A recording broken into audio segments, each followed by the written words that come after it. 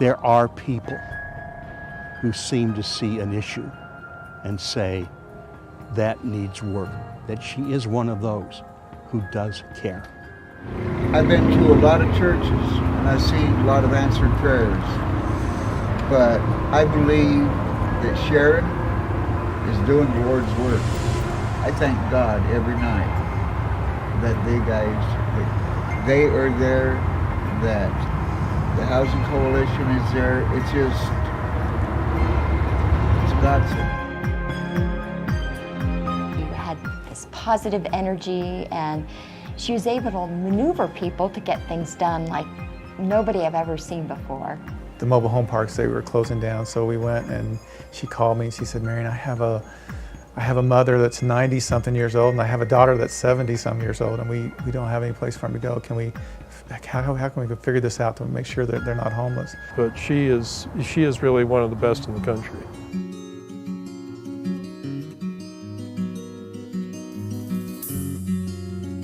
You know, when I first met Sharon, and that's going back over 35 years ago, she was just a kid.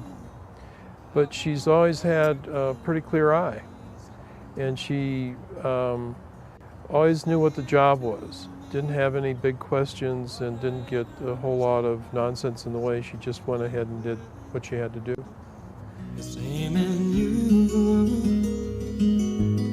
When I first met Sharon, I did not know a lot of people in Utah, and she really took me under her wing and showed me the ropes in the community. Introduced me to people. She got me on 2 boards. One was Salt Lake CAPS board, and of course Utah Nonprofit Housing Corporation's board. And from the get-go, Sharon and I have just had a great time, whatever we're doing, whether it's business or pleasure. I just find her positive energy, her infectious smile, and her drive to do the right thing just amazing. She's an amazing, talented woman. The first time I met Sharon was probably 35 years ago when she started her career with the Community Action Program. She was a rather reserved but very, very efficient person, very quiet. She's grown a lot, learned how to talk a lot more, and I was impressed with her sincere attitude about wanting to work with the low-income population of our community. Most memorable thing about working with Sharon has been Sharon's stick-to-itiveness, if we can use that kind of a word, in that she has an issue, she stays with it. She makes sure other people know what the issue is and knows how bad the situation is or could be, and that is very likable. She's a person that really has believed in what she's doing and makes sure that the message gets out to everybody at the local, the county, and the state level. I've worked with Sharon for probably 18 years, so we've worked on a lot of different things, and most of it is homeless prevention. I think that's one of the greatest things that she's been able to accomplish, is try to get funding to prevent people from being homeless. So she's done a great job at that. I think her greatest contribution is bringing together a lot of diverse populations, the government folks, the nonprofit folks, the religious community, and other interested parties to make positive housing changes in Salt Lake County in particular.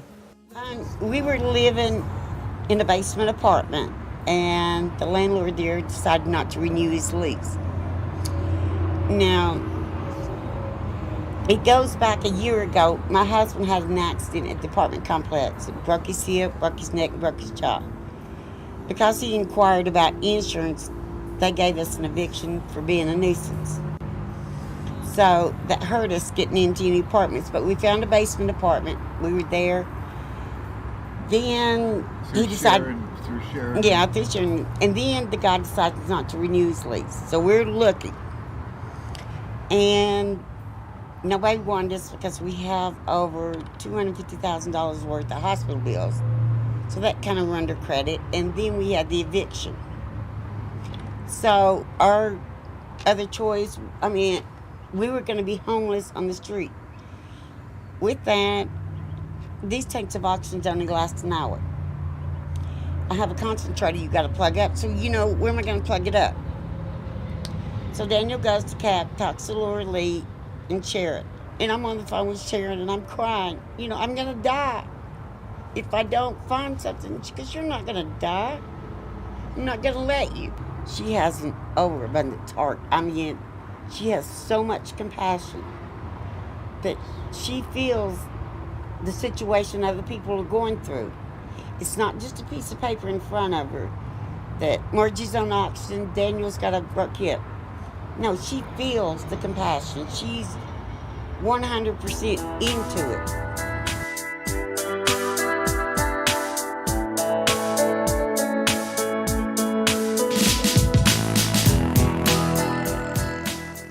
One of the nice things about Sharon is she can call a spade with a twinkle in her eye and a smile on her face.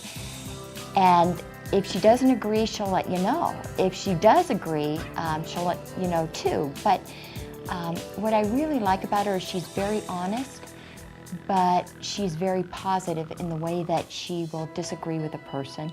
And she's just got a nice smile and a nice way of doing it without making the other side feel too offended. The great thing about Sharon, she's been our board president a couple terms in the earlier years. And what she was able to do is not prevent, always look somewhat outside the box, say, well, we can't make this work, but how about if we make this work? Can we do this?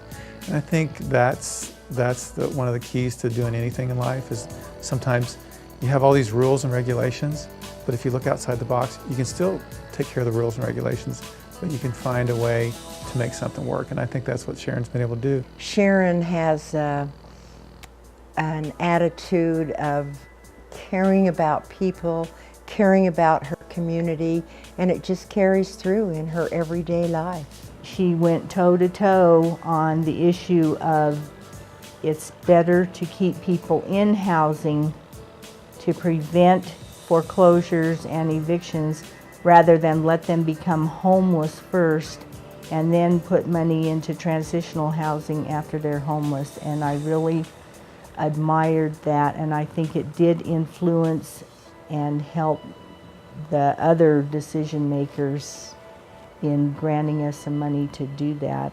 When you get into working on housing issues generally, that homelessness is part of the deal. And I think she understood, and she has understood throughout her career, that you can't do one without the other. You might be doing more housing per se or homelessness per se, but she understands the full spectrum. There are a few professionals and individuals who understand it as well as she does personally and professionally. And she's got a real good matter-of-fact approach, but she has never lost her human touch. I think that Sharon was probably the first and the strongest voice on homeless prevention, saying it's so much cheaper to prevent homelessness than it is to take care of the homeless once they get into that situation. And I think pushing that and telling people about that, seeking funding for that, has really been an impact at all levels of government on all public policy to say, when we can, let's prevent homelessness. And as a last resort, then we can treat the situation. When I have a problem with the community action bureaucracy, which is legendary, I can call Sharon and cut through it in a minute. She grew up in the rural part of the state, and she was used to working on a farm and chores and things like that, and she knows the value of hard work. And she doesn't coddle people, but she does express her interest in them and her confidence that they too can improve their lives with a little bit of help and encouragement. There's no doubt she can get it done, and you trust her. See, there are a lot of people that aren't trustworthy, and she's one of the people that is, and carries things. She carries with pride and some humility, and some, just great knack to getting things done. Sharon's main approach, and what I really appreciated her doing, was when she was requesting funding from different committees, was bringing out the lifesavers and handing them out to tell us we are all lifesavers. We participate, we are saving lives by doing that. That made the first time she did that, made a real impact on me. And I can say that what she's done has really turned into a marvelous work and a wonder.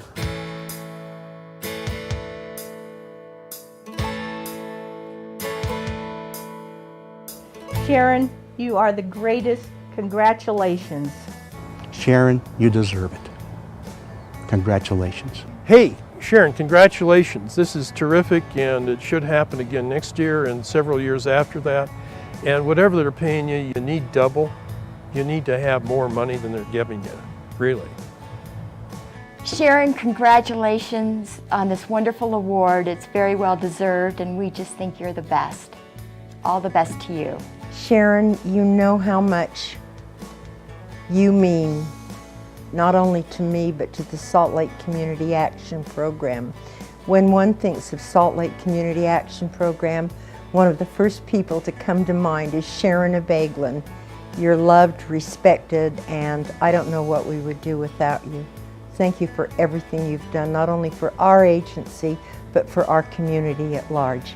Love you. You know, I consider Sharon a friend, somebody that I could go to if I had personal problems or issues. She's always been there to listen, to support me when things weren't going well. I'm always going to be there for her because she's been there for me. So, Sharon, you've done a great job. I hope you and I could hang in there another 5 or 10 years doing this. It's been rough some days, but the days that we make things work, it's been very, very rewarding, and I couldn't ask for a better person or friend to support me in any housing issue or just anything in personal life, so I appreciate you. Oh, Sharon, thank you so much. You saved my life. You are a lifesaver. And I cannot think of anyone that deserves this more than you. So congratulations. God bless you 10 times over. Sharon, this may not be appropriate, but hon, we love you. And that's From the heart. Thank you, Sharon. Thank all of you down at CAP. But Sharon, You deserve you're this. a tight ship, and that's a ship that is not going to sink, not while you're in charge. Thank you again, Sharon.